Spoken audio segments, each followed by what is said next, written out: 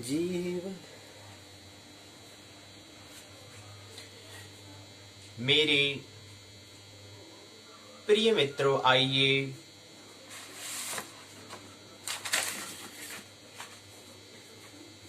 1 जनवरी 2021 भूमंज ज्योतिष पाठशाला बीजेपी स्वाध्याय दिवस 110-1 के दिवस में ज्योतिष के प्रथम दिवस में और पाठशाला के दूसरे भाग में जो ज्योतिष पाठ है उसका प्रथम दिवस में आइए प्रवेश करें। सर्वप्रथम सूर्योदय। सूर्योदय 7:06 में, अस्त 17:25 में होगा। 7 से 8, 8 से 9, 7:06 से लेकर के 7, 8 से 9, 6 करीब करीब 2 घंटे के करीब हम पहुंचने वाले हैं। कहें 1:57 हो चुके हैं, 1 घंटा 57 मिनट हो चुका है सूर्यदेव को आए हुए। आइए हम भी दैनिक कार्यक्रम के अंदर आने वाला सर्वप्रथम मुख्य कार्य जो है, स्वधर्म जो है, कर्तव्य दायित्व है, स्वाध्याय में आइए स्वाध्याय में प्रवेश करें। जानते हैं पाठशाला के 2 भाग, पहला भाग को हम कहते हैं पाठ्यचर्या प्रश्नोत्तर जैसा हम कहते हैं, दूसरे भाग को हम पाठ्यक्रम, उसको हम पाठ्य चर्चा कहते हैं। उत्तराखंड मुक्त विश्वविद्यालय हल्द्वानी के हम द्वितीय वर्ष में, स्नातक द्वितीय वर्ष में प्रवेश करने जा रहे हैं, इसलिए हमने कहा ज्योतिष का पहला दिन। और यहाँ पर ज्योतिष स्वरूप जो हमारे ज्योतिष पाठशाला है उसके पहले दिन में प्रवेश कर रहे हैं। और 9 वर्ष में प्रवेश करें उससे पहले हम पाठशाला के अंदर जो है, पहले हम यहाँ पर 9 वर्ष पर ज्योतिष स्वरूप ज्योतिष पाठ का जो पहला दिन है, यहाँ पर हम प्रथम दिन में आज हम 9 वर्ष पर स्वरचित कृति की प्रस्तुति यहाँ पर करते हैं और एक अन्य मित्र की भी कृति को लेने का हम प्रयास करेंगे पाठशाला के पहले भाग में। आइए पाठशाला के पहले भाग में प्रवेश करें। स्वरचित कृति। ज्योतिर्मय हो, ज्योतिर्मय हो, ज्योतिर्मय हो, जीवन तुम्हारा। ज्योतिर्मय हो, जीवन तुम्हारा। एक रहे ये धरा हमारा, एक रहे ये धरा हमारा। ज्योतिर्मय हो, जीवन तुम्हारा। एक रहे ये धरा हमारा।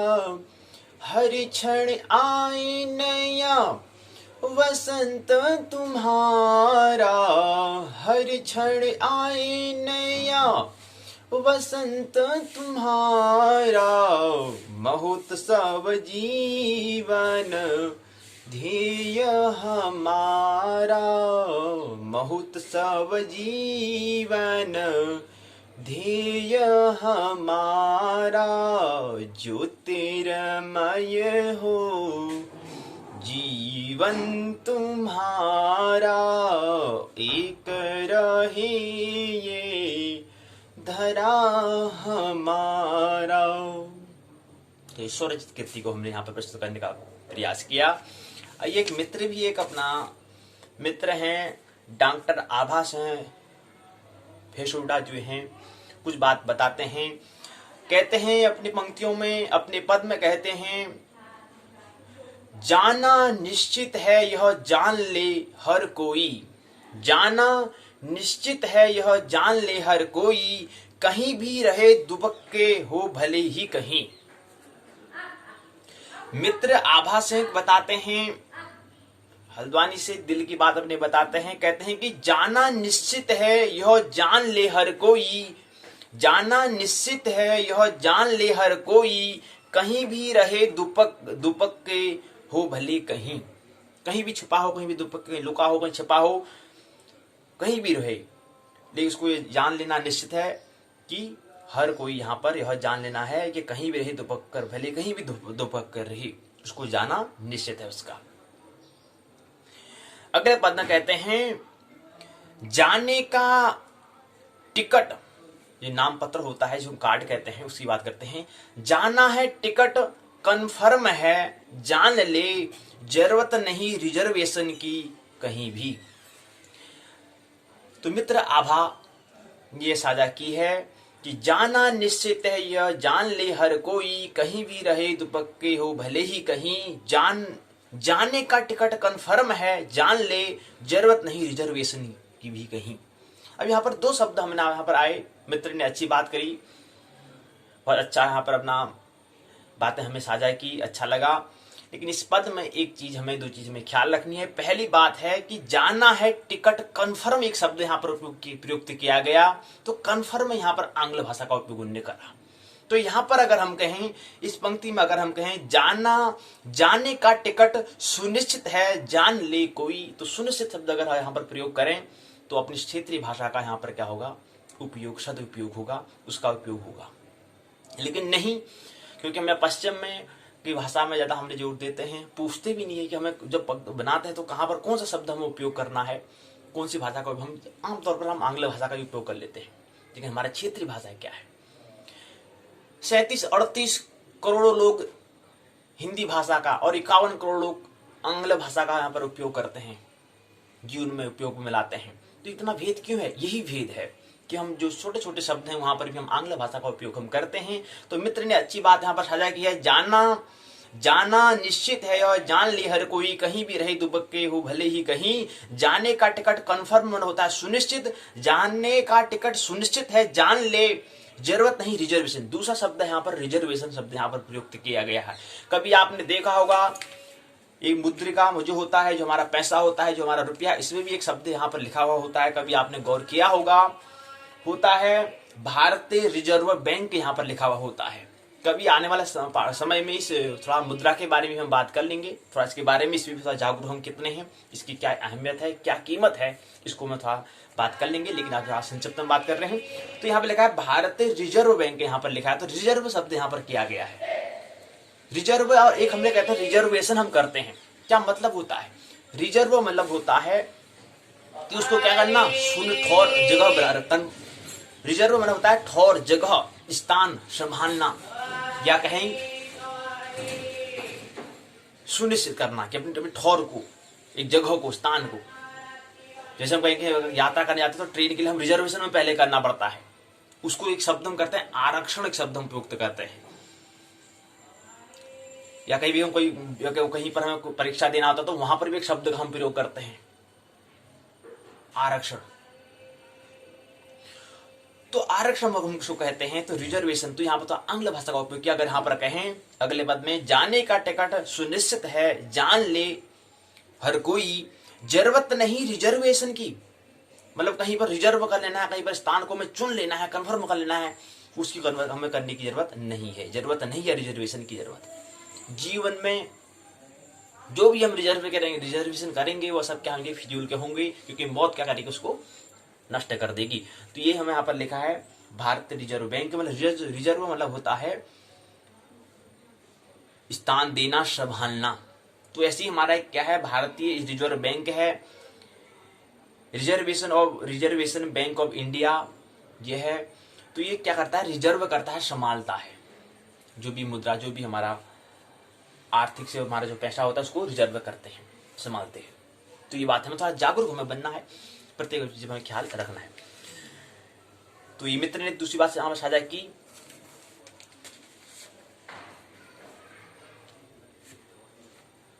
तो ये हमने एक प्रस्तुति हमने बताई कि नव वर्ष में हम प्रवेश करने जा रहे हैं। उससे पहले सबसे पहले हम विष्णु, जो कि प्रकृति के तीसरा गुण है, आइए पहले उनकी हम वंदना करें, उसके बाद फिर हम अपने क्रम को आगे बढ़ाएंगे। भगवान विष्णु की हम वंदना करेंगे। शान्ताकारं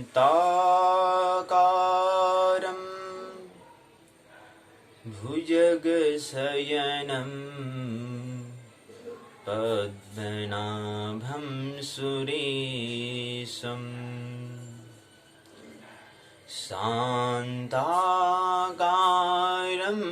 भुजगशयनं पद्मनाभं सुरेशम् विश्वाधारं गगनसदृशं मेघवर्णं शुभांगम् लक्ष्मीकान्तं कमलनयनं योगभिर्ध्यानगम्यं वन्दे विष्णुं भवभयहरिं सर्वलोकैकनाथनं सर्वलोकैकनाथनम्। पाठशाला के पहले भाग पाठ्यचर्या प्रश्नोत्तर चर्चा के प्रथम दिन में हमने एक कृति ज्योतिर्मय हो, ज्योतिर्मय हो जीवन तुम्हारा, ज्योतिर्मय हो जीवन तुम्हारा, एक रहे ये धरा हमारा। हर क्षण आए नया वसंत तुम्हारा, महोत्सव जीवन ध्येय हमारा। ये सूत्र, ये पंक्ति, ये कविता, ये पद्य के माध्यम से हमने कहा कि ज्योतिर्मय हो हमारा। ज्योतिर्मय का मतलब होता है प्रकाशमान। ज्योतिर्मय हो जीवन तुम्हारा। हमारा जीवन कैसा होना चाहिए? ज्योतिर्मय होना चाहिए, जागरूक सजग हमें होना है।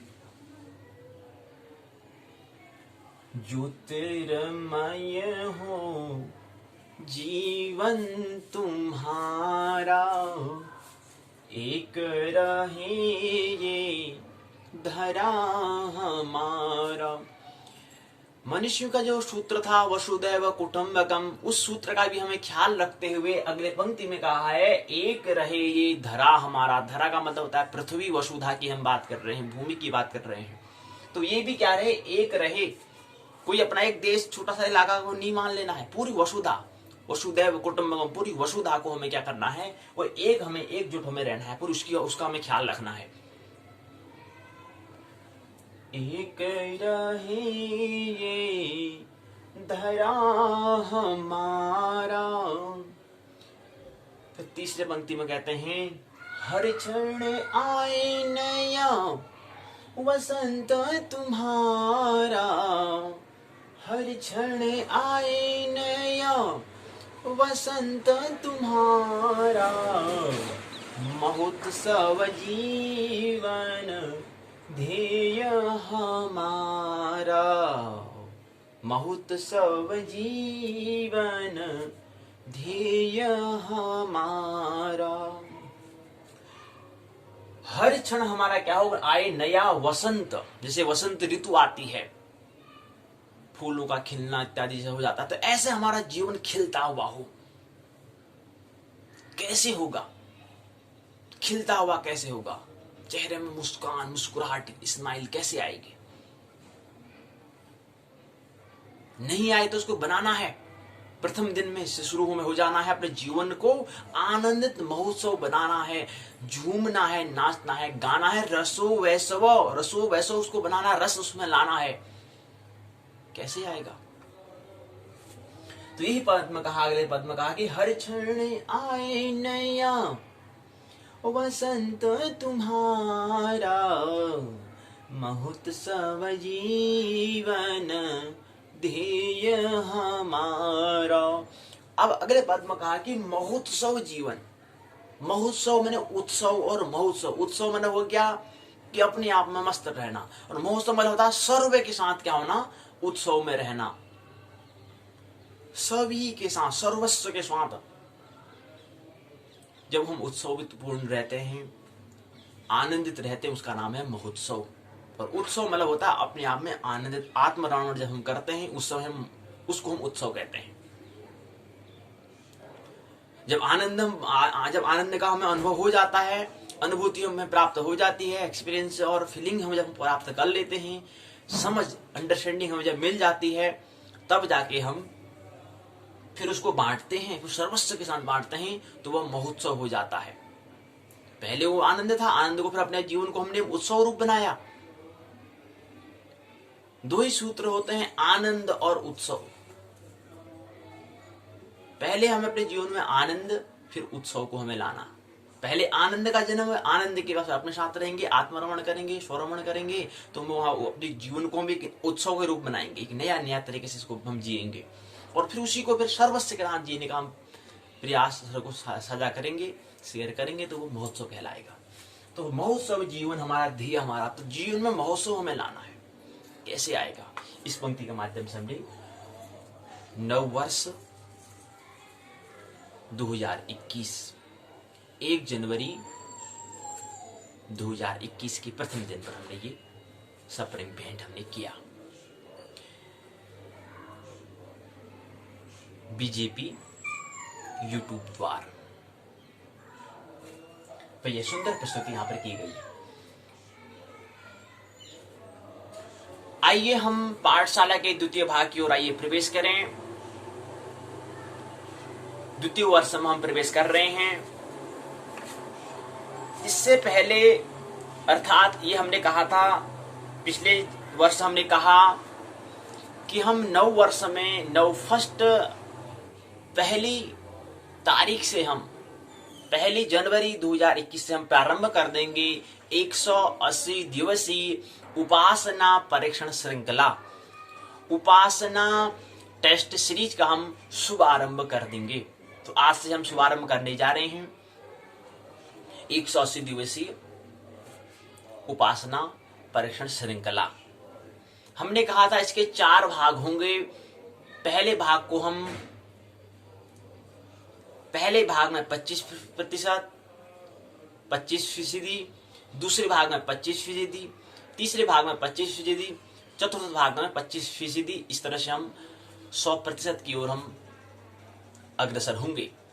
तो पहले 25% भाग को हमने कहा क्वार्टर फाइनल मैच। आंग्ल भाषा का यहाँ पर उपयोग कर रहे हैं, उसका ही बोलबाला यहाँ पर है, आंग्ल भाषा का बोलबाला। तो इसलिए आंग्ल भाषा का यहाँ पर उपयोग हम कर रहे हैं। उसको संक्षिप्त हमने उपासना टेस्ट सीरीज UTS 2021 हमने कहा, UTS 2021। तो 4 भाग होंगे इसको। पहले भाग को हमने भाव समझ ले। पहले भाग को हमने, क्वार्टर का मतलब होता है एक कोई भाग है, एक कोई सीरीज है, उसका 25% भाग को हम कहते हैं। उसके फिर चौथे उसका ठीक आधे को कहेंगे, फिर उसके आधे से ज्यादा से कहेंगे, फिर आधे का फिर पूरा हो जाएगा। तो ऐसे 4 खंड में उसको विभाजित हमने करना है। श्रृंखला को हमने, श्रृंखला जो पूरी सीरीज है उसको हमने 4 भागों में बांटा है। तो पहले भाग को हमने कहा क्वार्टर फाइनल मैच। और मैच इसलिए कह रहे थे क्योंकि जीवन एक नाटक है और एक खेल ही है। कोई बच्चों से पूछे क्या कर रहे हो, तो खेल कर रहे हैं पहले ये खेल ही है, जीवन नाटक ही है, ड्रामा है। तो पहले को हमने 25% हमने क्वार्टर फाइनल कहा, दूसरे को हमने सेमीफाइनल मैच हमने कहा, वो 25%। फिर तीसरे को हमने कहा क्वार्टर टू फाइनल मैच, फिर चौथे को हमने कहा फाइनल मैच। इस तरह से हमने कहा कि पहले जो हमारा, हम पहले 180 दिवसीय के जो पहला जो खंड है क्वार्टर फाइनल का जो 100 दिवसीय जो कार्यक्रम है उसकी ओर हम प्रवेश कर रहे हैं। पहले फर्स्ट खंड में हम प्रवेश कर रहे हैं क्वार्टर फाइनल, उसका फिर सेमीफाइनल, फिर उसके बाद क्वार्टर टू फाइनल, उसके बाद फिर फाइनल। तो पहले हम अर्थात हम 100 दिन की हम पहली बात हम कर रहे हैं। फिर अगले दूसरे भाग खंड में हम फिर 25 दिन की बात करेंगे, फिर अगले तीसरे खंड में हम 25 दिन की बात करेंगे, फिर अगले चौथे खंड में 30 दिन की हम बात करेंगे। इस तरह से 180 दिन होते हैं। 100 दिन वहां हो गए, 100 दिन के बाद फिर 25 यानी कि 25 मतलब 50 ही हो गया, फिर 30 दिन हो गए तो 80 ऐसे होता है। 180 अहोरात्र ऐसे होते हैं, 180 दिन ऐसे होते हैं, जो ऐसे होते हैं। तो उसकी ओर हम प्रवेश कर रहे हैं। और दूसरी बात, हम अब यहां पर स्नातक द्वितीय वर्ष में हम प्रवेश करने जा रहे हैं। उससे पहले हम एक बात और समझ लें कि हमने अभी तक स्नातक प्रथम वर्ष में हमने क्या देखा। स्नातक द्वितीय वर्ष की ओर हम प्रवेश करें उससे पहले हमें ख्याल में रख लेना अनिवार्य है कि हमने स्नातक प्रथम वर्ष में क्या हमने पढ़ा था। तो आइए पहले उसी क्रम को लेते हैं। हम जब स्नातक प्रथम वर्ष की ओर हमने प्रवेश किया था तो वहां पर हमने पहले समझा था, हमारे पास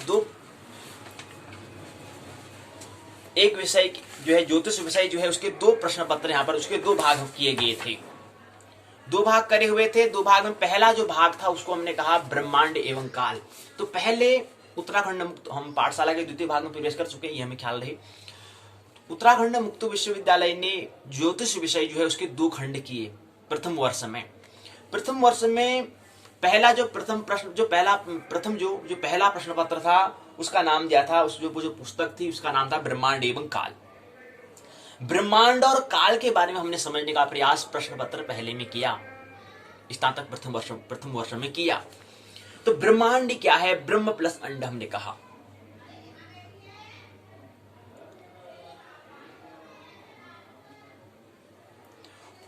ब्रह्मांड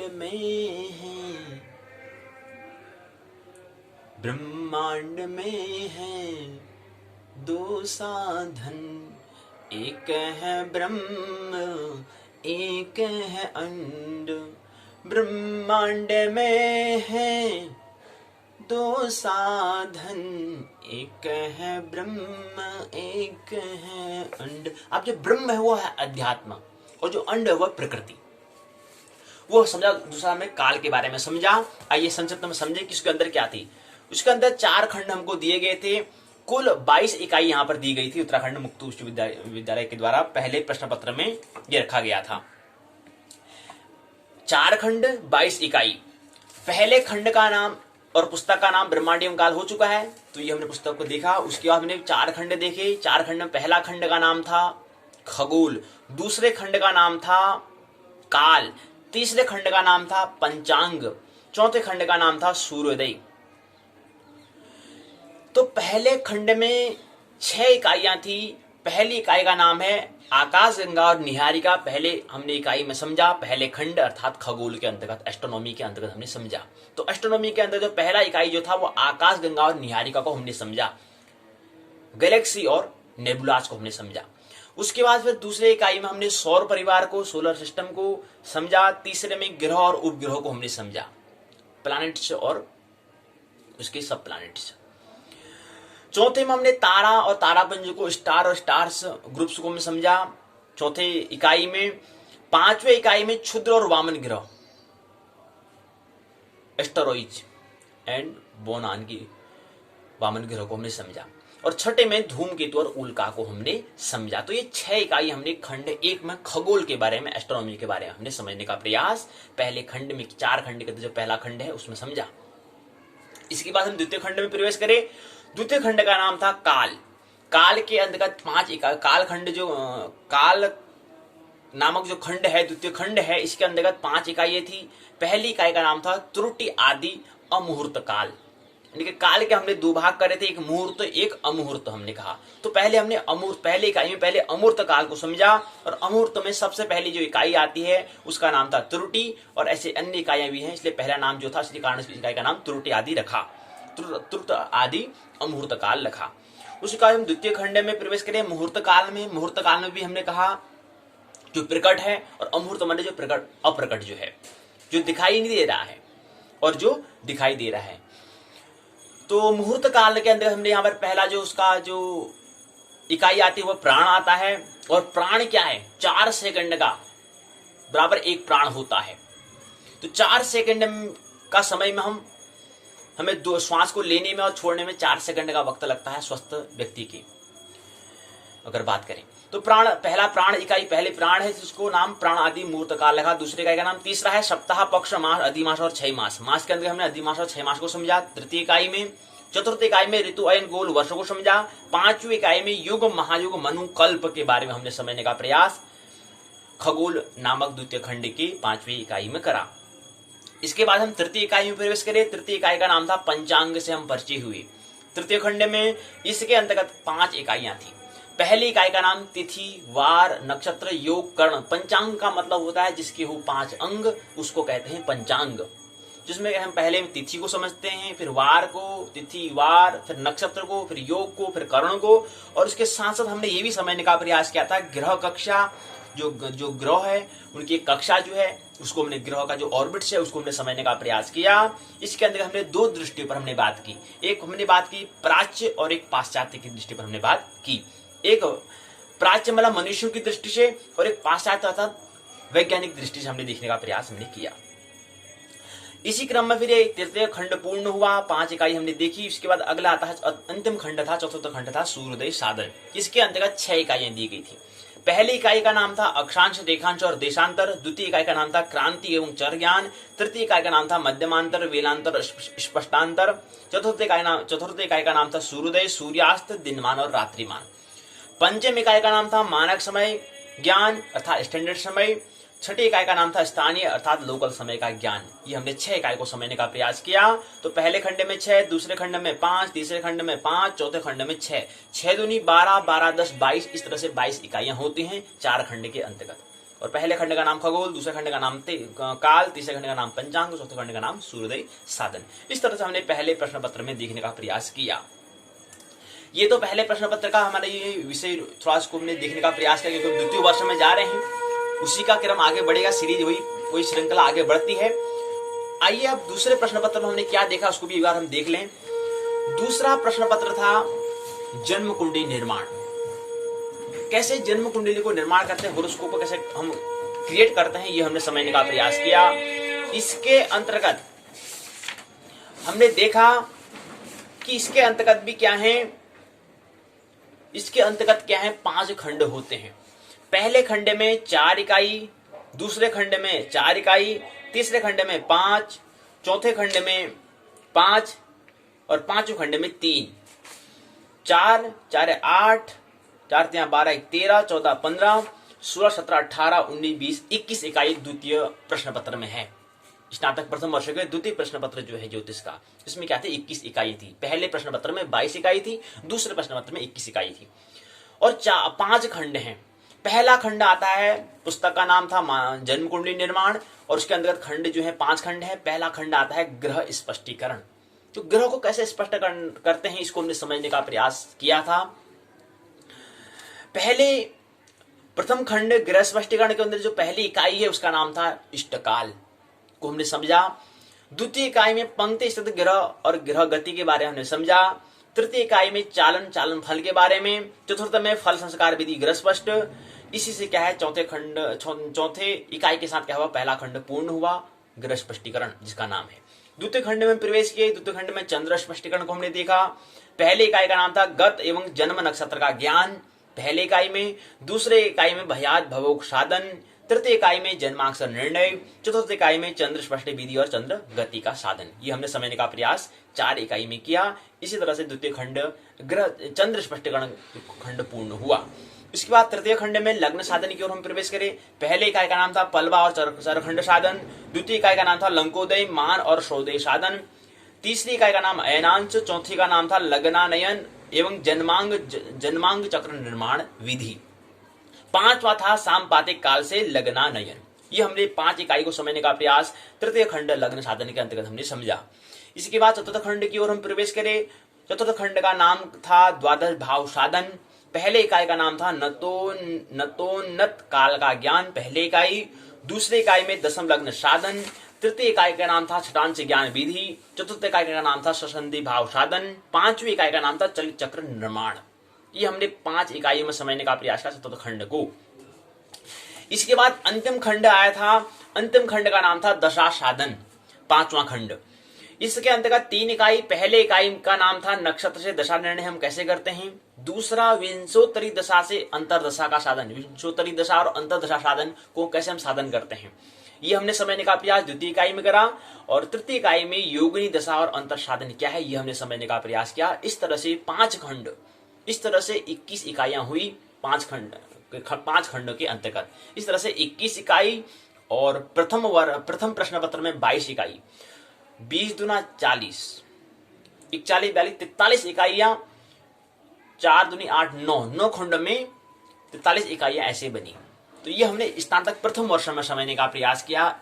स्नातक द्वितीय वर्ष की ओर हम प्रवेश कर रहे हैं। आइए स्नातक द्वितीय वर्ष की ओर हम प्रवेश करें। सबसे पहले प्रवेश करने से पहले एक प्रेम पूर्ण भावपूर्ण हमें प्रार्थना हमें करना अनिवार्य होता है। एक भावपूर्ण होना अनिवार्य है। ये एक साधन है जिससे हम अपना दर्पण, एक दर्पण का काम कर रहा है, एक साधन है, एक बहाना है जिससे हम अपने आप को समझ सकें। तो एक दर्पण का काम जिससे हमारा अपना चेहरा दिख जाए, इसलिए एक भावपूर्ण एक हम क्या करेंगे, पहले प्रार्थना करेंगे, फिर हम द्वितीय वर्ष स्नातक द्वितीय वर्ष की ओर पाठशाला जो है, जो उत्तराखंड मुक्त विश्वविद्यालय द्वारा जो पुस्तक है, द्वितीय वर्ष की जो पुस्तक है उसकी ओर हम प्रवेश करेंगे। इसलिए पहले पुस्तक का हम क्या करें, उस पर उसको प्रणाम करें, उसको हृदय पूर्ण प्रेम पूर्वक हमें होना है। तो पहले प्रणाम, यहाँ से जो भी हमें संकेत मिलेंगे, जो भी इशारे मिलेंगे, उसका हम उपयोग करेंगे और जीवन की आगे और यात्रा करेंगे। सृष्टि रचाने वाले कितना महान है तू, सृष्टि रचाने वाले कितना महान है तू, सृष्टि रचाने वाले कितना महान है तू, दाता दया के सागर प्राणों का प्राण है तू, सृष्टि रचाने वाले कितना महान है तू, दाता दया के सागर प्राणों का प्राण है तू, सूरज बनाया तूने, चंदा बनाया तूने, तारों को रोशनी दी, जग को सजाया तूने, जग को सजाने वाले कितना महान है तू, दाता दया के सागर प्राणों का प्राण है तू, ऊंचे पहाड़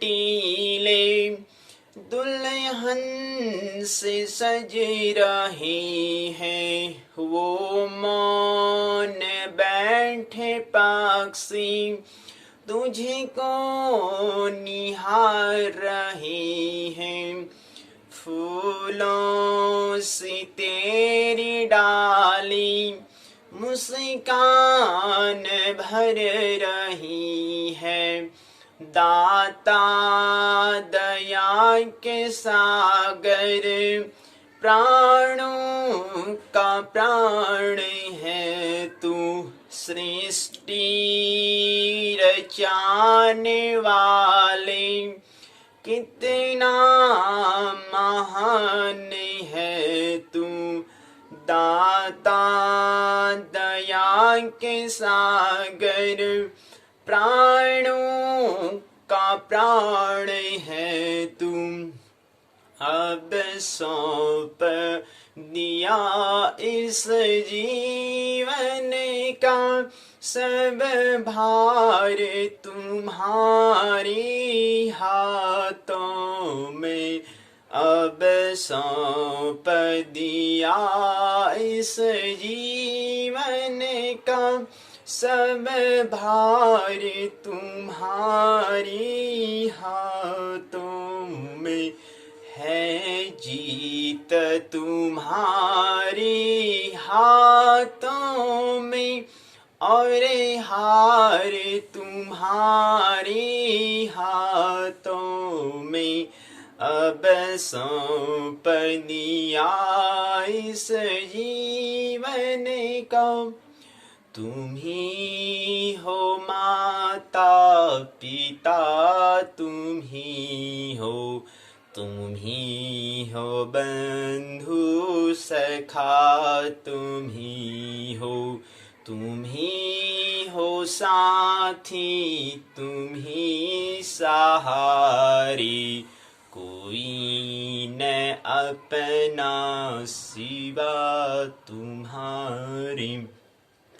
दया कर दान भक्ति का हमें परमात्मा देना, दया करना हमारी आत्मा में शुद्धता देना, हमारे ध्यान में आओ प्रभु, आँखों में बस जाओ, अंधेरे दिल में आकर के परम ज्योति जगा देना, बहा दो प्रेम की गंगा, दिलों में प्रेम का सागर, हमें आपस में मिल जुल कर प्रभु रहना सिखा देना। दया कर दान भक्ति का हमें परमात्मा देना। तू ही राम है, तू रहीम है, तू करीम कृष्ण खुदा हुआ, तू ही वाहे गुरु, तू ही मसीह, हर नाम में तू समा रहा। वह शक्ति हमें दो दया निधि, कर्तव्य मार्ग पर डट जावे। इतनी शक्ति हमें देन दाता, मन का विश्वास कमजोर होना। इतनी शक्ति हमें देन दाता, मन का विश्वास कमजोर होना। हम चले नेक रास्ते पे हमसे भूल कर भी कोई भूल होना। ए मालिक तेरे बंदे हम, ऐसे हो हमारे करम। नेकी पर चले और बदी से डले, ताकि हंसते हुए निकले दम। मंगलमय हो जीवन तुम्हारा, एक रहे ये देश हमारा। हर पल आए नया सूरज तुम्हारा, हर पल आए नया सूरज तुम्हारा। मंगलमय हो, मंगलमय हो जीवन तुम्हारा। एक रहे ये देश हमारा। ईद दिवाली सब मिलकर मनाए, गुरुद्वारे में शीस झुकाए, चर्च में होवे, चर्च में होवे, चर्च में होवे, प्रेम का बोल बाला, चर्च में होवे, प्रेम का बोल बाला, मंगलमय हो, मंगलमय हो, मंगलमय हो, जीवन तुम्हारा एक रहे, ये देश हमारा। हर बच्चा होवे, हर बच्चा होवे, सबका दुलारा, हर बच्चा होवे, सबका दुलारा, मंगलमय हो, मंगलमय हो, जीवन तुम्हारा एक रहे, ये देश हमारा। प्रेम पूर्ण भाव, काव्य का जन्म, भावपूर्ण प्रार्थना हमें करना है। या कुंदेन्दु तुषार हार धवला, या शुभ्रवस्त्रावृता, या वीणा वरदंड मंडित करा, या श्वेत पद्मासना, या ब्रह्माच्युत शंकरः प्रभृति देवी सदा वंदिता, सा मा पातु सरस्वती भगवती नियशेष जाड्यापः। शुक्लां ब्रह्म विचार सार पद्माद्यां जगद व्यापिनी, वीणा पुस्तक धारिणीं जाढ्यान्धकारापहं, हस्ते स्फाटिक मालिकां विदधतीं पद्मासनीं संस्थितां, वन्दे तां परमेश्वरीं भगवतीं बुद्धिं प्रदां शारदाम्। वह जन्म भूमि मेरी, वह मातृभूमि मेरी, ऊंचा खड़ा हिमालय आकाश चूमता है, नीचे चढ़न तले निधि सिंधु झूमता है, गंगा यमुना सरवी नदियां बह रही हैं, जगमग छटा निराला पग पग है रही है। वह स्वर्ण भूमि मेरी, वह कर्म भूमि मेरी, वह जन्म भूमि मेरी, लहरों से डर कर नौका पार नहीं होती, कोशिश करने वालों की हार नहीं होती।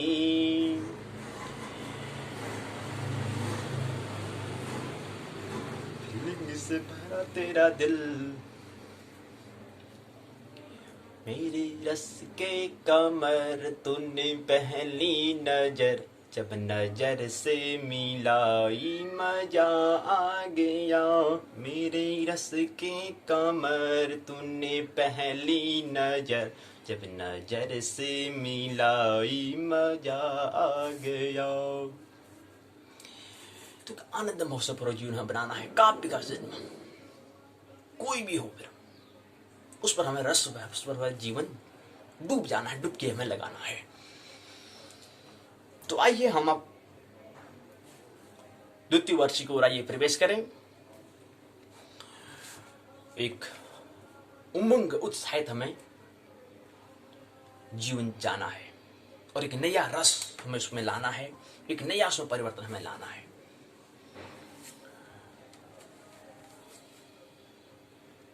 तो आइए ज्योतिष उत्तराखंड मुक्त विश्वविद्यालय के स्नातक द्वितीय वर्ष के पहला प्रश्न पत्र है ज्योतिष, जिसका नाम, जिस प्रश्न पत्र का नाम है, सबसे पहले हमने पुस्तक को प्रणाम कर दिया, भावपूर्ण।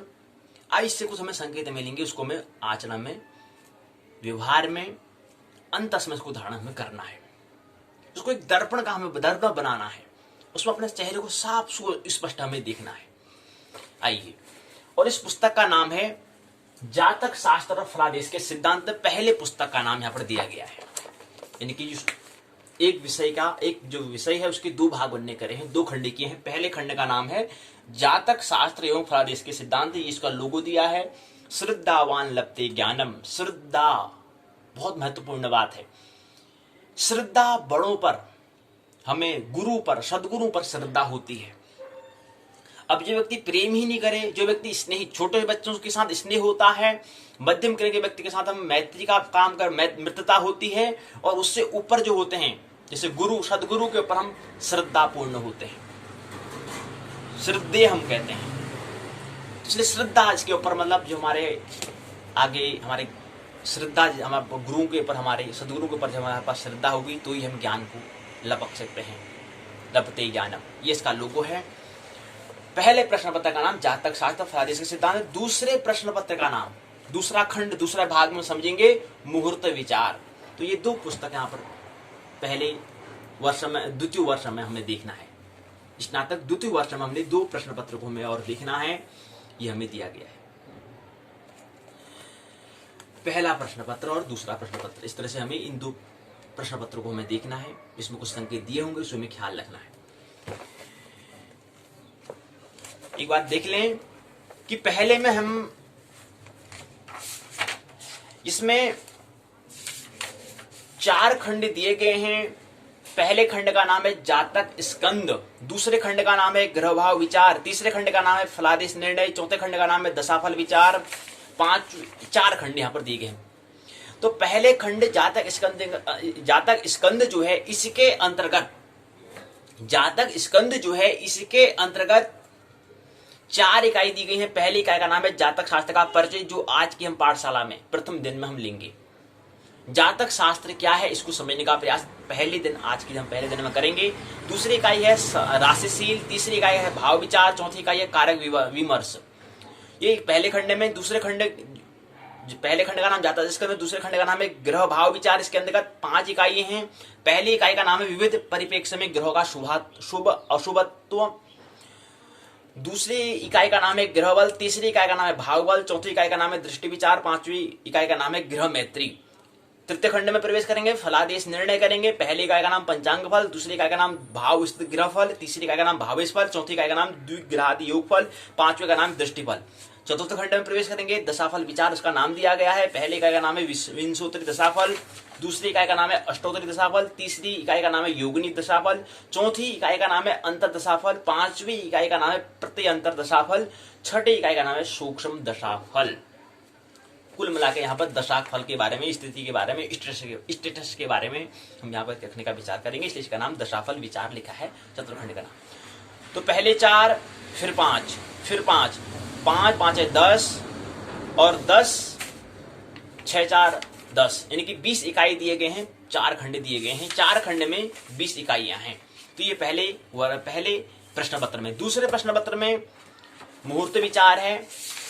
इसके अंतर्गत पहले खंड का नाम है मुहूर्त स्कंद, पहला खंड है। इसके अंतर्गत 5 इकाइयां हैं। पहले इकाई का नाम मुहूर्त परिचय, दूसरा नाम पक्ष, मास, ऋतु, अयन, गोल विचार, तीसरी इकाई का नाम है तिथिवार विवेचन करना, चौथी इकाई का नाम है नक्षत्र विचार, 5वीं इकाई का नाम है योग, कर्ण और भद्रा का निर्णय। तो ये 5 इकाई दी है।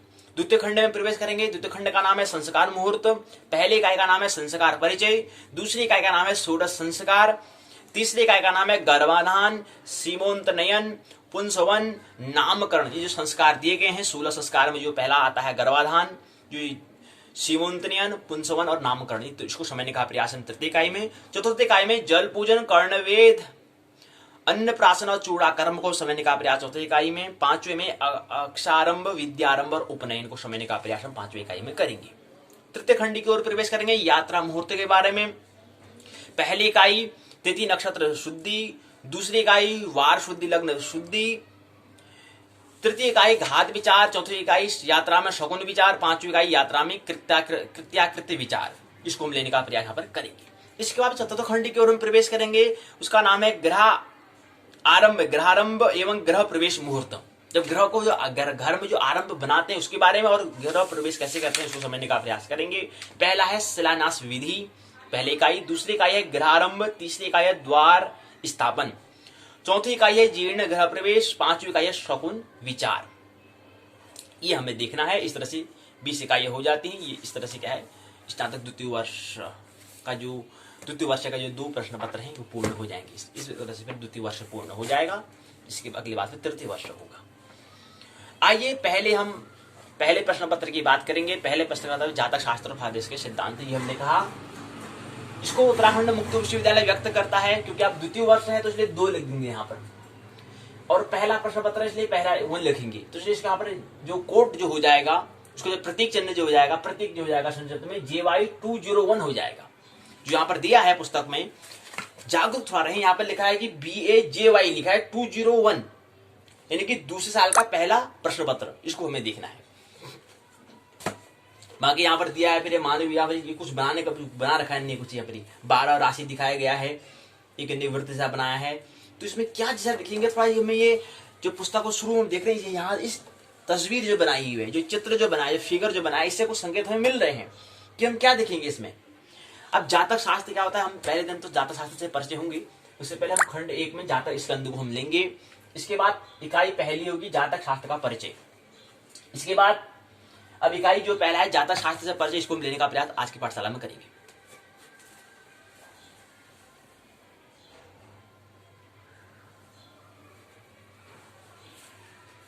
आज की पाठशाला में हम जातक स्कंद को समझेंगे, लेकिन जातक स्कंद कहते ही हमें समझ में नहीं आएगा। इससे पहले हमें समझना पड़ेगा ज्योतिष को, एस्ट्रोलॉजी को। ज्योतिष कहा है, मूलतः क्या है, भविष्य की और भविष्य में क्या होगा उसका खोज, उसकी शोध, उसका अनुसंधान, क्या नाम है, ज्योतिष मूलतः। और मूलतः विज्ञान का मतलब होता है अतीत में क्या था कोई। एक थोड़ा भेद ज्योतिष और विज्ञान में अंतर है, थोड़ा भेद है। मूलतः कहा हमने, मूलतः क्या है, भविष्य, इसलिए भविष्यवाणी हम कहें, भविष्य का दर्शन, इसलिए इसको हमने नेत्र कहा। तो ज्योतिष ये है, और ज्योतिष के हमने कहा 3 भाग होते हैं।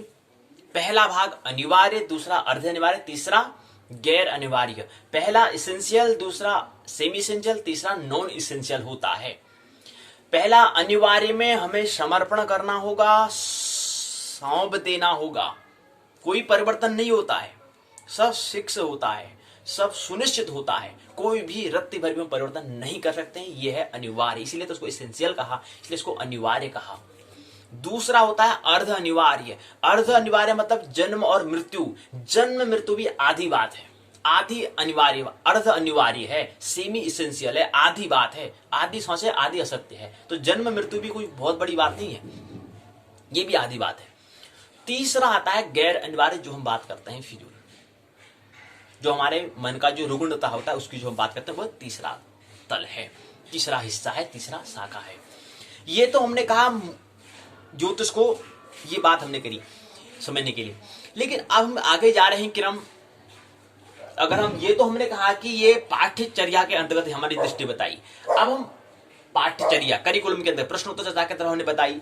अब हम यहाँ पर पाठ्यक्रम जो उत्तराखंड मुक्त विश्वविद्यालय जो है उसने निर्धारित किया गया है, तो उसके आधार पर हम देखें, या कहें कि पहले परंपरा के आधार पर देखें, तो परंपरा के आधार पर जो है ज्योतिष के होते हैं 3 हिस्से। पहले हिस्से को कहते हैं सिद्धांत। ख्याल रहे ये परंपरा के अंदर ट्रेडिशनल के हिसाब से है। ट्रेडिशनल के हिसाब से क्या है कि इस ज्योतिष के 3 हिस्से होते हैं, और एक दृष्टि के हिसाब से हम बता रहे थे कि ज्योतिष के 3 हिस्से होते हैं, अनिवार्य, अर्ध अनिवार्य और गैर अनिवार्य। ये एक दृष्टि, एक समझ के आधार पर है। और ये क्या है, परंपरा व्यक्ति ने बनाई एक जो सिद्धांत, जो आज से 90 वर्ष पहले ज्योतिष का जो हमने कम से कम कह रहे हैं, सबसे पहले ज्योतिष का आविर्भाव हुआ था, तो उस समय उन्होंने भाग किए थे। मतलब ज्योतिष को समझना है तो उसके, जैसे हमने कहा कि हम विज्ञान को समझने के लिए उसकी शाखा कर देते हैं, भौतिक विज्ञान, रसायन विज्ञान, जीव विज्ञान ऐसे करते हैं, तो ऐसी ज्योतिष भी बहुत बड़ा विज्ञान है, तो इसके लिए इसने 3 भाग कर दिए। पहले को सिद्धांत, दूसरे को जातक या होरा, तीसरे को संहिता बोल दिया। पहले को सिद्धांत, दूसरे को संहिता, तीसरा को जातक या होरा हमने कहा। तो हम कहां पर कौन से भाग की बात कर रहे हैं, तो ज्योतिष के एक हिस्से की हम बात कर रहे हैं। हालांकि हमें आगे जाकर 3 हिस्सों में देखना पड़ेगा, काम तो 3 हिस्सों में करना पड़ेगा, लेकिन फिर भी क्या है, बहुत बड़ा है। अब कोई व्यक्ति रसायन विज्ञान कोई पूरा नहीं पढ़ सकता है, वो भी अलग चीज है। कोई व्यक्ति जीव विज्ञान कोई और भौतिक विज्ञान, रसायन विज्ञान, जीव विज्ञान को है तो विज्ञान, लेकिन पूरा एक साथ पूर्ण नहीं कर पाता है। उसको पहले समझने के लिए पहले क्या है, एक चरणबद्ध हमें जाना पड़ता है, क्रमबद्ध हमें जाना पड़ता है, छोटे छोटे हमें करना पड़ता है, छोटे छोटे हिस्सों को हमें लेना पड़ता है। तो इसलिए 3 भाग करें ज्योतिष को समझने के लिए, मुख्यतः 3 भाग होते हैं, ये हम कहने का प्रयास कर रहे हैं। तो 3 भाग होते हैं, जैसे हमने वहां हिस्से कहा, वैसे यहां पर उसको हमने समझने के आधार पर कहा। तो पहला सिद्धांत है, दूसरा जातक, दूसरा संहिता, तीसरा जातक या होरा उसको हम कहते हैं। तो हम यहाँ पर जातक यानी कि जो हमने उत्तराखंड मुक्त विश्वविद्यालय जो हल्द्वानी जो विश्वविद्यालय है उसने जो बनाया है जातक स्कंद बनाया है, वो खंड जो पहला नाम कह रहे हैं जातक स्कंद, और इकाई का जो पुस्तक का नाम है जातक शास्त्र कहा है, और उसका फलादेश, फल का आदेश करना। ये क्या है, शीर्षक से हम क्या समझ रहे हैं, ये शीर्षक से ये समझ रहे हैं कि जातक, अब जातक क्या है, जातक शास्त्र है। अब जातक के लिए हमें ज्योतिष के 3 हिस्से होते हैं, ये हमें ख्याल रखना पड़ेगा। पहले हिस्से को सिद्धांत, दूसरे को संहिता, तीसरे को जातक या होरा हम कहते हैं। तो इनके ज्योतिष के तीसरे हिस्से की हम बात करेंगे, इसलिए जातक शास्त्र को कहा। और शास्त्र का मतलब होता है अभी के तौर पर उसको विज्ञान हम कहेंगे। जातक विज्ञान, वैज्ञानिकता क्या है, फलादेश करना, आगे क्या होने वाला है, उसका क्या परिणाम होगा, उसके बारे में आदेश करना, ऑर्डर देना, उसके बारे में बताना, दृष्टि बताना, वही फलादेश कहलाता है। कि सिद्धांत तो कुछ होंगे, कुछ नियम, कुछ सिद्धांत, थ्योरी जो होंगे, उसको समझ जाने का प्रयास यहाँ पर करेंगे पहले इस प्रश्न पत्र में, JY 201 में। खंड पहले का नाम जातक स्कंद दिया है, स्कंद में होता है भाग। इसके अंदर पहले का ही जातक शास्त्र से परिचय हम होंगे। और जातक शास्त्र कौन सा है, ज्योतिष का तीसरा हिस्सा है, तीसरा भाग है। पहला भाग सिद्धांत, दूसरा संहिता, तीसरा जातक या होरा। अब जातक का मतलब होता है व्यक्ति से संबंधित होता है। अब तीनों को पहले हमें समझना है, तब जाकर जातक समझ में आएगा। तो आइए समझे। स्वस्ति न इंद्रो वृद्धस्वाहा, स्वस्ति न पूषा विश्ववेदाः, स्वस्ति न तारक्षयो अरिष्टनेमिः, स्वस्ति नो बृहस्पति ददातु। 3, अब यहां पर हमें त्रिक्ष कहा तो 3 तारों का समूह होता है। तारक्षय अधिपति, ये जो सूत्र हमने कहा, स्वस्ति न इंद्रो वृद्धस्वाः, स्वस्ति न पूषा विश्ववेदाः, स्वस्ति न तारक्षयो अरिष्टनेमिः, स्वस्ति नो बृहस्पतिर्ददातु। धातु तो तारक्ष होता है, तारक्ष अर्थात श्रवण, 3 तारे, बृहस्पति मन पुष्य, त्रिक्ष मन गरुण, 3 तारों का समूह, तारक्ष मन होता है अधिपति। तो 3 इसके भाग होते हैं, सिद्धांत, संहिता और होरा। होराई को हम बोलते हैं जातक। अब ज्योतिष क्या है, ज्योतिष के नियामक तत्व कौन से हैं, ज्योतिष का मानव कल्याणार्थ उपयोग हम कैसे होगा, इसके बारे में बात करेंगे। ज्योतिष शास्त्र क्या है, वेद का नेत्र है, अर्थात हम भविष्य को दर्शन करते हैं, तो इसलिए आंख से करते हैं, आंखों से करते हैं, इसलिए इसको हमने कहा भविष्य की वाणी, भविष्य का दर्शन करते हैं, इसलिए हम इसको नेत्र कहा, इसलिए हमने वेद का नेत्र कहा। और वेद का मतलब होता है जानना, कोई संहिता नहीं है, हमें ख्याल नहीं। ऋग्वेद, यजुर्वेद, सामवेद, अथर्ववेद संहिताएं हैं, इससे समय पूर्ण नहीं हो जाना। वेद का मतलब होता है जानना, जैसे विज्ञान का मतलब होता है जानना, ऐसे वेद का मतलब है जानना। जानने के जो हम देख जानते हैं, तो हम किससे जानते हैं, ज्ञानेंद्रियों के द्वारा जानते हैं, आंख के द्वारा, कान के द्वारा, नाक के द्वारा, जो मुंह के द्वारा, हम जो ज्ञानेंद्रिय, जो हमारे 5 ज्ञानेंद्रिय, उसके हिसाब से हमें ज्ञान होता है। लेकिन यहाँ पर वेद का जो नेत्र के जो हम जो आंख से जो देखते हैं, वो ज्योतिष शास्त्र है। जिस प्रकार हम दैनिक क्रियाकलाप, सूर्योदय, सूर्यास्त, दिन रात, तिथि, महापक्ष आदि के बिना पूर्व नहीं कर सकते हैं, पहले नहीं कर सकते, ठीक उसी प्रकार यज्ञ रूप विशिष्ट काल में संपन्न करना योग्य कार्य के लिए हमें उपयुक्त समय का निर्धारण करना होता है, निश्चित समय होता है। अब कोई हम रात को काम नहीं कर सकते हैं, उसके लिए तो सूर्योदय होना पड़ेगा, तभी तो काम करेंगे। तो ज्योतिष शास्त्र के बिना नहीं कर सकते हैं, इसलिए यह वेद का नेत्र हमने कहा।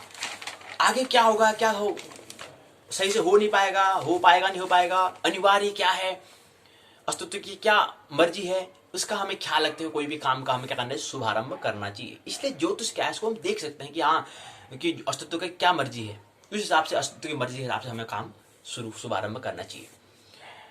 अब ज्योतिष शास्त्र का जो क्रम है, वो एक क्रम जो है गुरु और शिष्य के हिसाब से होता है। जैसे हम श्रीमद् भागवत पढ़ते हैं, आगे आने वाले हम चर्चा करेंगे ज्योतिष का, हमने कहा ज्योतिष पाठ का हम पहला दिन कर रहे हैं, आगे ऐसे दिन में हम करेंगे कि जैसे हमने श्रीमद् भागवत या पुराण जो कहते थे, हम कथा सुनाते हैं परीक्षित को, इस तरह से कुछ क्या है, गुरु शिष्य की परंपरा है, इस तरह से उसको बताया है, जिसमें 18 गुरु होते हैं।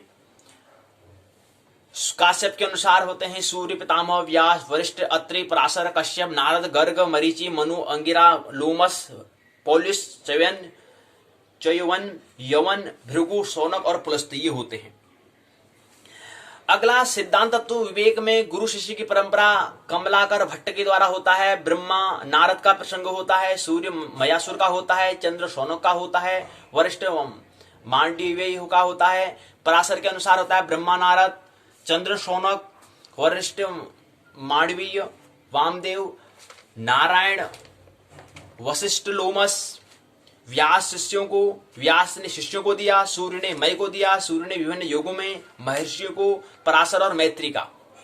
अब यहाँ पर हम पराशर के बारे में थोड़ा हम पहले उसके हिसाब से देखेंगे। यहाँ पर तो उत्तराखंड मुक्त विश्वविद्यालय ने केवल जातक स्कंद के बारे में बात किया है, लेकिन हमारा अभी सिद्धांत और संहिता भी तो है, उसकी भी हम बात करेंगे। वो कहाँ करेंगे? वो पूर्ण, अब विश्वविद्यालय तो एक माध्यम है, वो तो पूर्ण नहीं करेगा, लेकिन हमें तो पूर्ण करना है। तो हमें पूर्ण करने के लिए पाठशाला का एक भाग करना पड़ता है, उसका नाम ही पाठचर्या हमने रखा। तो यहाँ पर हम पूर्ण करेंगे। यहाँ पर हम सिद्धांत को, संहिता जो शेष रह जाती है उसको हम देखने का प्रयास पाठशाला के पहले भाग में ज्योतिष पाठ में करेंगे। ज्योतिष पाठ जो हमने नाम दिया है यहाँ पर हम समझेंगे, उसके पहले दिन में ये समझेंगे तो हम यहाँ पर सिद्धांत और संहिता को समझ लेंगे। अब यहाँ पर बता रहे हैं कि पराशर का प्रसंग आएगा, पराशर और मैत्री का प्रसंग, जिसे शकुदेव और परीक्षित का प्रसंग वहां पर श्रीमद् भागवत में 7 दिन का होता है।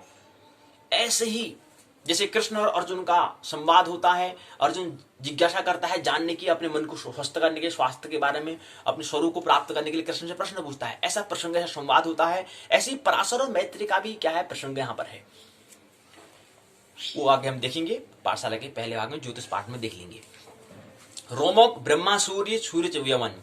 ज्योतिष के स्कंद हमने 3 सिद्धांत अर्थात तंत्र, सिद्धांत का मतलब होता है तंत्र की हम बात करते हैं। दूसरा होता है संहिता, तीसरा जातक या होरा हम कहते हैं। तो सिद्धांत अब हम कहते रहे हैं कि सिद्धांत किसे कहते हैं, तंत्र किसे कहते हैं। सिद्धांत तंत्र में जो हम ज्योतिष के 3 हिस्से कह रहे हैं, सिद्धांत में क्या जैसा अध्ययन करते हैं, संहिता में क्या जैसा अध्ययन करते हैं और जातक में क्या जैसा अध्ययन करते हैं। आइए इसको समझ लें। जिस स्कंद में, जिस विभाग में त्रुटि से लेकर के प्रलय काल तक की गणना हो वो सिद्धांत है, वो है तंत्र। जहां पर गणनाओं का, जहां पर गणित का, जहां पर हिसाब किताब ज्यादा होता है वो सिद्धांत में होता है। तो सिद्धांत में यहाँ पर गणनाओं के, हमें गणित का हमें थोड़ा ख्याल हमें रखना अनिवार्य है। हमने कहा कि गणित की जो गणना करने के लिए क्या है, गणित का सृजन हुआ है।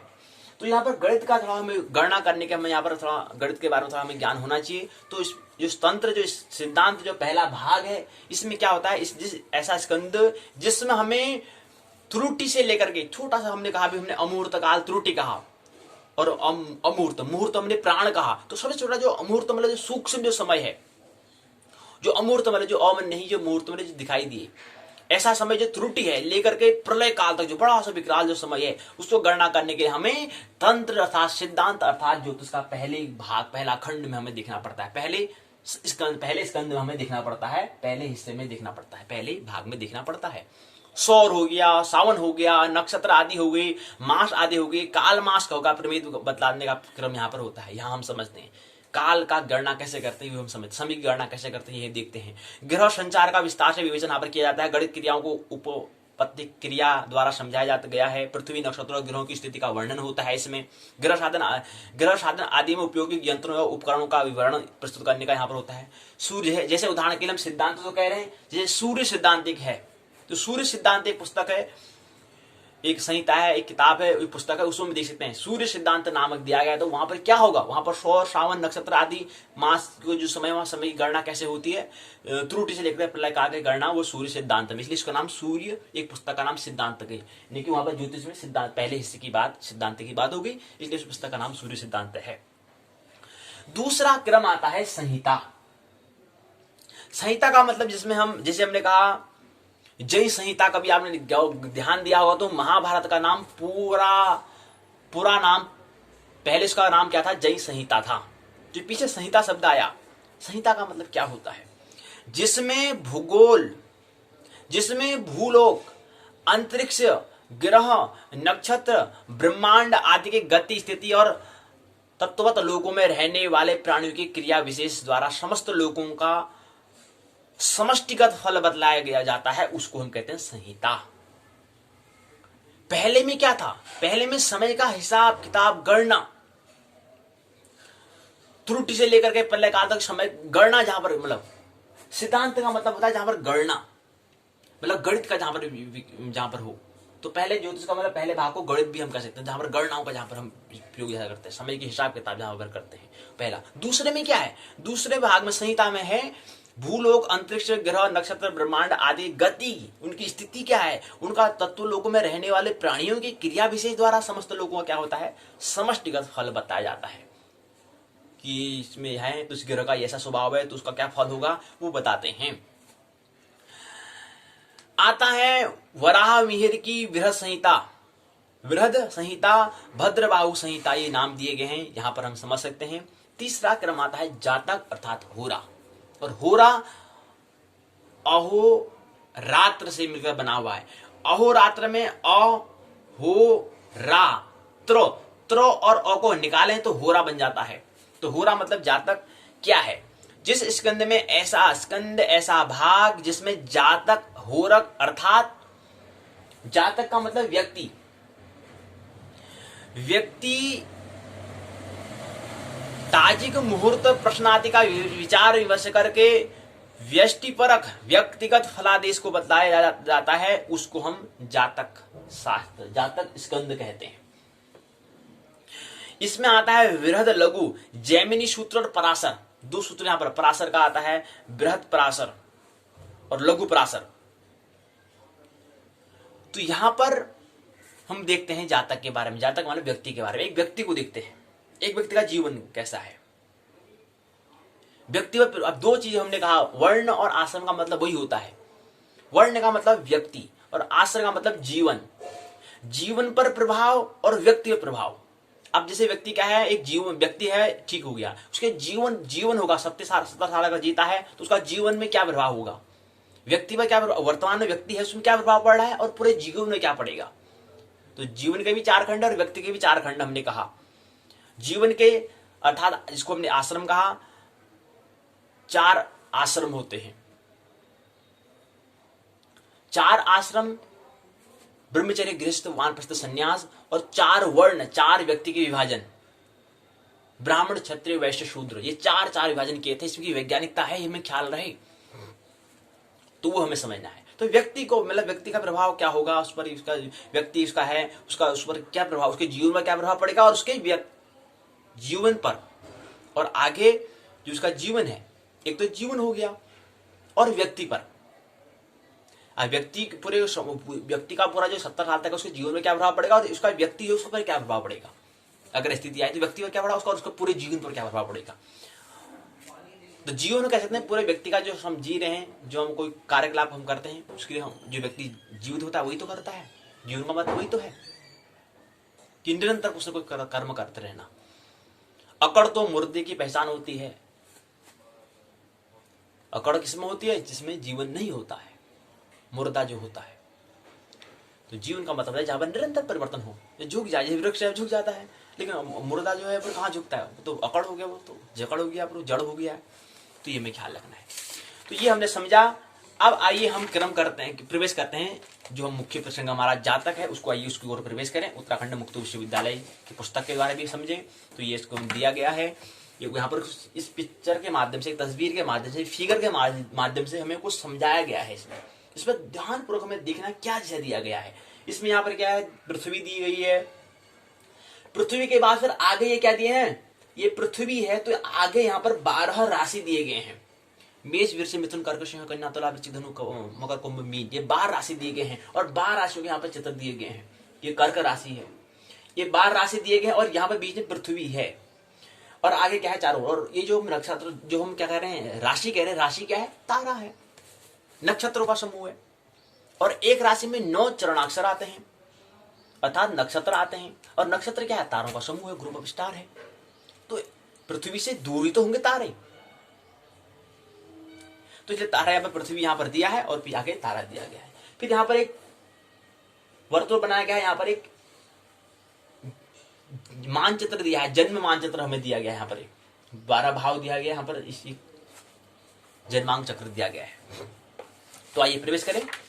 तो पहले दिन में हम पहले इकाई की बात करेंगे, जातक शास्त्र से परिचय होंगे। जातक शास्त्र से परिचय में पहली बात हम समझेंगे प्रस्तावना, दूसरा उद्देश्य, तीसरा जातक शास्त्र का परिचय। इसके अंतर्गत हमें 2 बातें ख्याल रखनी है, पहला है परिभाषा स्वरूप, दूसरा जातक के भेद। और उसका चौथे खंड में सारांश है, 5वें खंड में प्रश्न, 2 प्रश्न होंगे। उसके साथ ही फिर क्या करेंगे, पाठशाला को विराम देंगे। खंड पूर्ण, इकाई पूर्ण हो जाएगी तो फिर उसको पूर्ण करेंगे। आइए प्रवेश करें। ये पुस्तक परिणाम, अपना चेहरा देखना है कितने गहराई में है, तो एक दर्पण का काम करेगा, साधन का काम करेगा, माध्यम का काम, बहाना का काम करेगा। बहाना है इससे अपने आप का स्वाध्याय करने के लिए। अब इसमें हम प्रवेश करें तो ये पुस्तक हो गया। इसके अंदर जाते हैं तो पहले में दीर्घ का जातक शास्त्र प्रादेश के सिद्धांत दिया गया है, उत्तराखंड मुक्त विश्वविद्यालय दिया है। फिर अब दूसरा अनुक्रम यहाँ पर दिया गया है।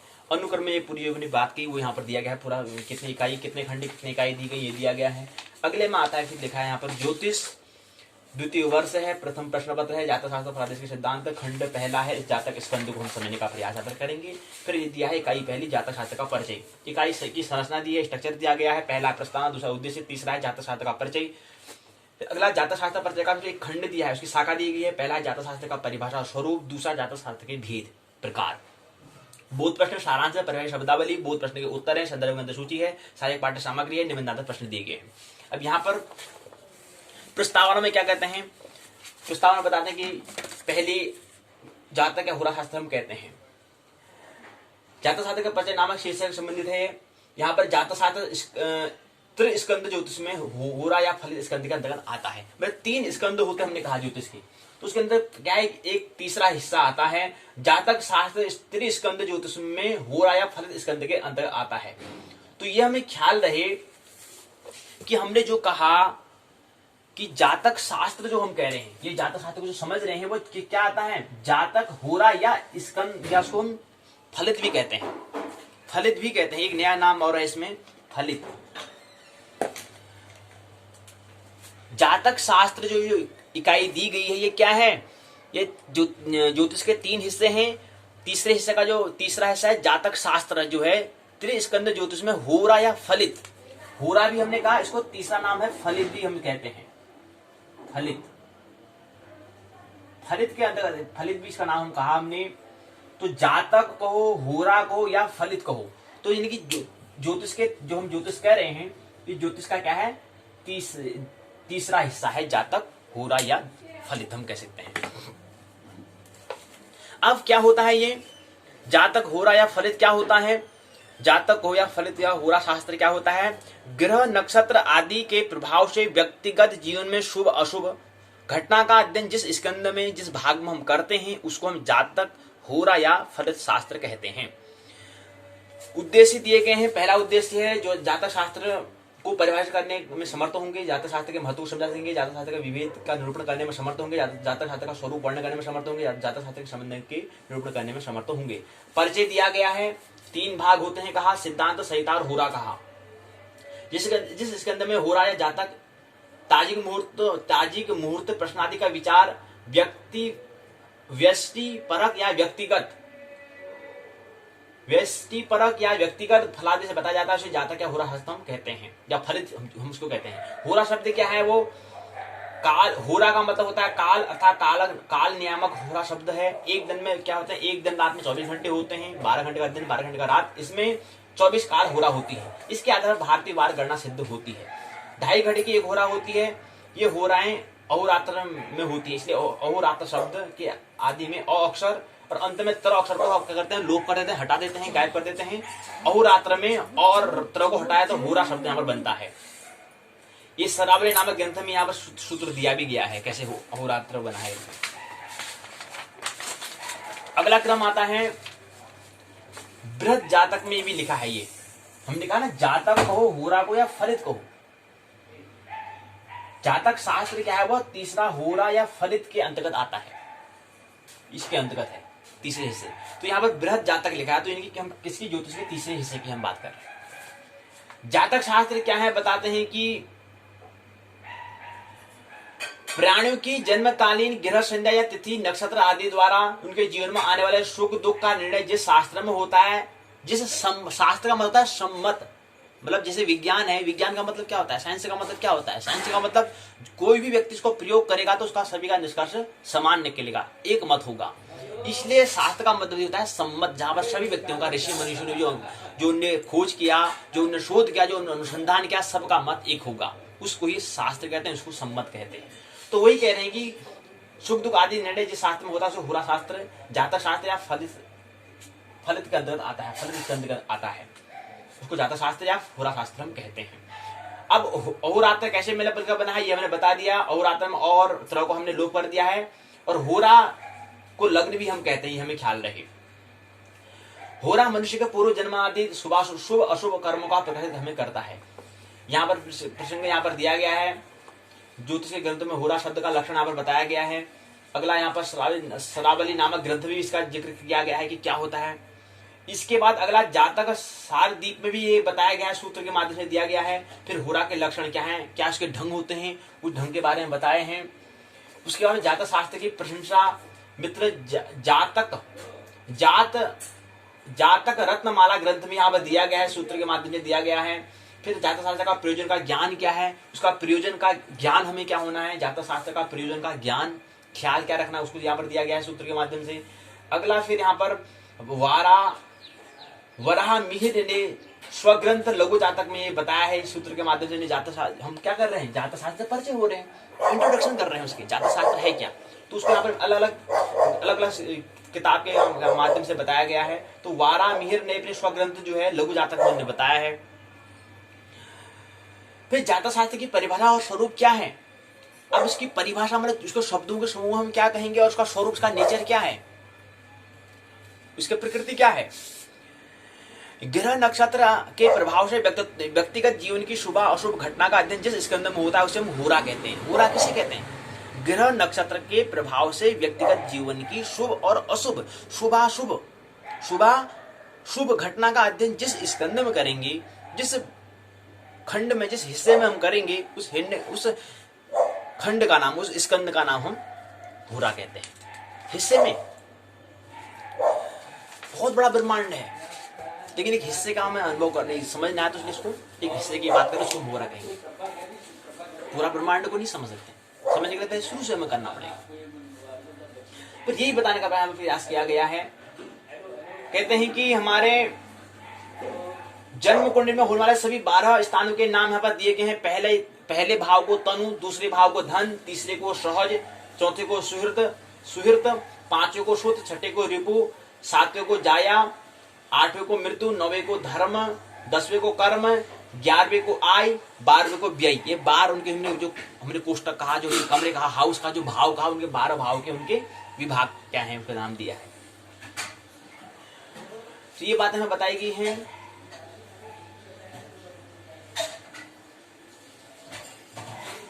लग्न कुंडली से राशि कुंडली में अंतर यह है। अब लग्न कुंडली और राशि कुंडली में क्या अंतर होता है।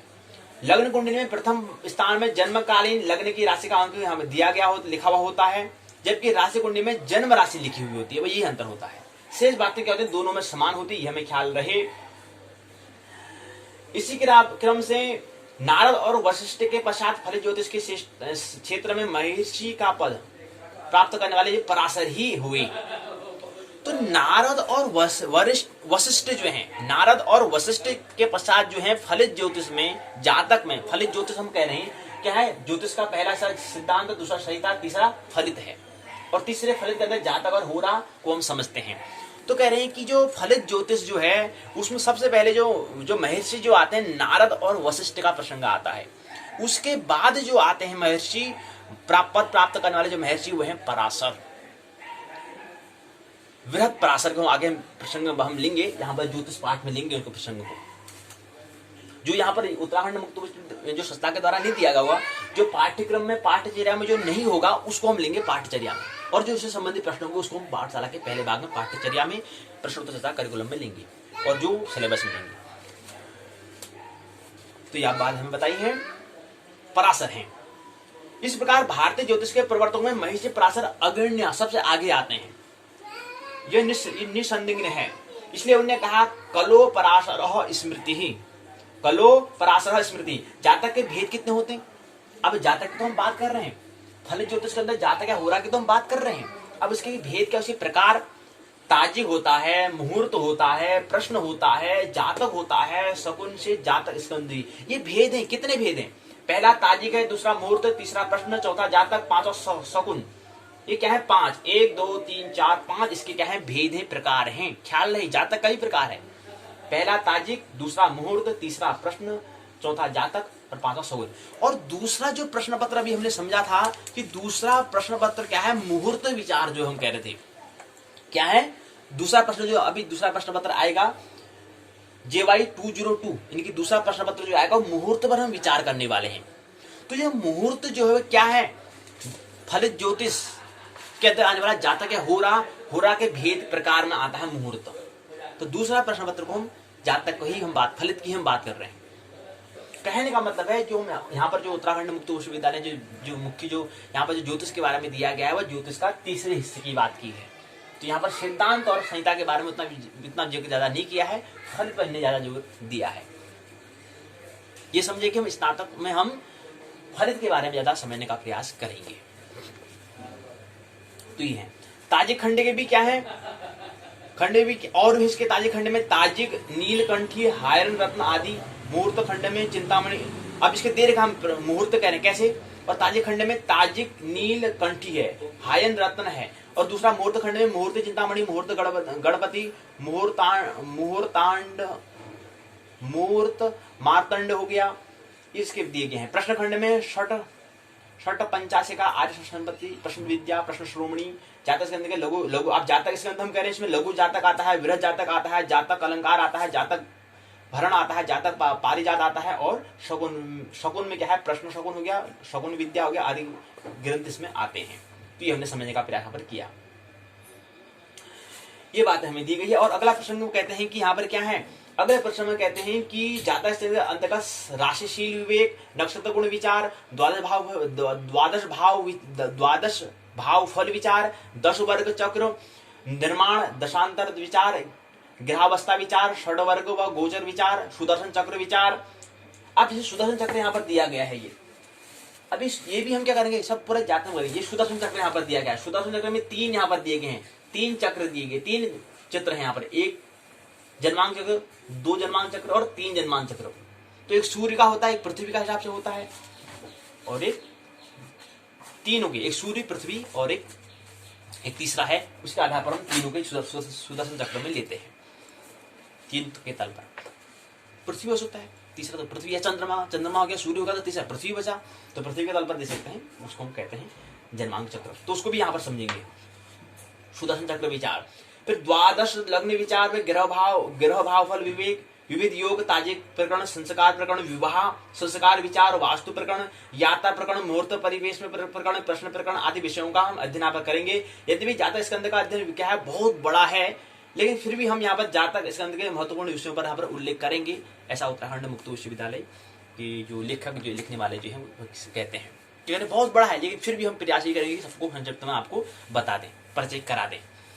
ज्योतिष साहित्य के 3 स्कंद के लक्षण, जिस स्कंद या विभाग में त्रुटि से लेकर प्रलय। अब क्या है, जो स्कंद का जो लक्षण, जो ढंग है, वो ढंग क्या है, जिस स्कंद या विभाग में त्रुटि से लेकर के प्रलय काल की गणना की हो, जैसे सौर हो गया, श्रावण हो गया, नक्षत्र आदि मासों का कालों का विवेक बताया गया हो, ग्रह संचार का विस्तार से जहाँ पर विवेचन जहाँ पर किया गया हो, डिस्कस जहाँ पर किया गया हो, विस्तार से जहाँ पर बताया गया हो, गणित क्रिया जहाँ पर गणना जहाँ पर की गई हो, जहाँ पर गणित का जहाँ सृजन हुआ हो, गणित का जहाँ पर जन्म हुआ था गणना करने के लिए, की उत्पत्ति द्वारा समझाया गया हो, पृथ्वी, नक्षत्र और ग्रहों की स्थिति का वर्णन जहां पर हो, ग्रह साधन में उपयोगी यंत्र का उपकरण का विवरण जहां पर किया जाता है, वो सिद्धांत तो होता है। जैसे सूर्य सिद्धांत है, तो सूर्य सिद्धांत में क्या जैसा होगा वो यहाँ पर दिया गया है। सूर्य सिद्धांत तो क्या है, जो हम कह रहे हैं वो क्या है, ज्योतिष का पहला हिस्सा है। तो इसलिए हमें स्कंद, पहला स्कंद है।